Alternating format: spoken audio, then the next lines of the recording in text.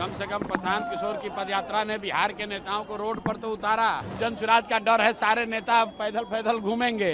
नीतीश और मोदी वाले लोग जैसे लालू का डर दिखाकर वोट लेते थे, वैसे राहुल गांधी और तेजस्वी यादव जैसे लोग भाजपा का डर दिखाकर वोट लेते थे। आप यहाँ पर आए हैं, आप भी पत्रकार हैं, यहाँ के नागरिक हैं, आप देखिए कि बिहार बदलाव की सभा में लोगों का अच्छा उत्साह है। इस बारिश के बीच में भी हजारों लोगों का आना और ये उद्घोष करना कि बिहार में अब लालू नीतीश मोदी का राज नहीं, जनता का राज चाहिए, जन स्वराज चाहिए, ये लोगों ने कहा है। और आपने भी देखा होगा, अपने वीडियो में रिकॉर्ड किया होगा। ये तेज प्रताप का गढ़ क्षेत्र माना जाता है, आपके डर से पहले अरे भाई, किसी का कोई गढ़ क्षेत्र नहीं होता है, गढ़ सिर्फ जनता का है। जनता मालिक है, जिसको वोट देगी वही उसी का गढ़ है। किसी ये कोई राजवाड़ा थोड़ी ना है कि ये तेज प्रताप जी का गढ़ है कि प्रशांत किशोर का गढ़ है। किसी का कोई गढ़ नहीं है, जनता जिसको वोट देगी उसी का गढ़ होगा। तेजस्वी यादव और राहुल गांधी भी वोटर यात्रा प्रारंभ कर चुके हैं बिहार में, तो अच्छी बात है। कम से कम प्रशांत किशोर की पदयात्रा ने बिहार के नेताओं को रोड पर तो उतारा, नहीं तो यहाँ पर तो सिर्फ लालू के डर से नीतीश और मोदी के डर से लालू को वोट मांगने की परिपाटी थी। ये जन स्वराज का डर है कि 20 साल से जो 400 का पेंशन था वो बढ़कर 1100 हो गया, जो रसोईया का सैलरी डबल हो गया, आशा वर्कर्स का मानदेय बढ़ गया, बिजली का आपका 125 यूनिट फ्री हो गया।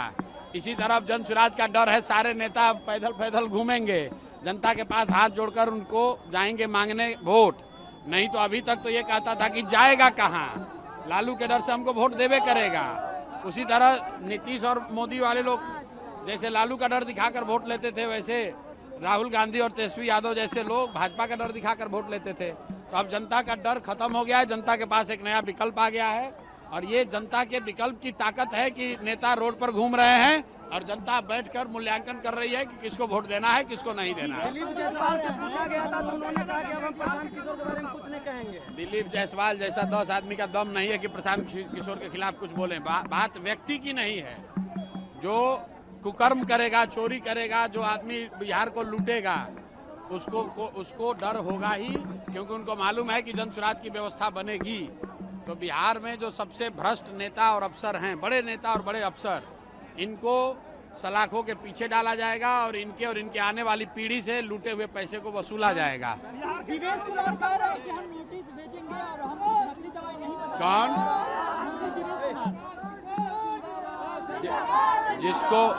जिसको कोर्ट ने कन्विक्ट कर दिया, जैसे लालू जी हैं, लालू जी पर चारा चोरी का इल्जाम लगना एक बात है और कोर्ट का कन्विक्शन अलग बात है।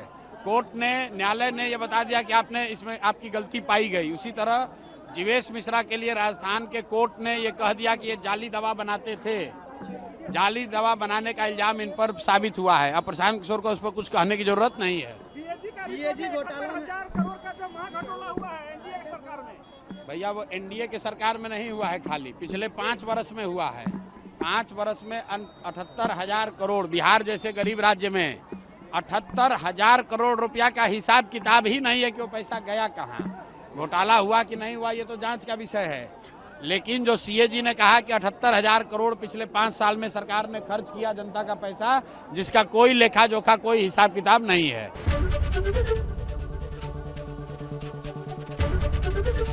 एबीपी गंगा, खबर आपकी, जुबान आपकी।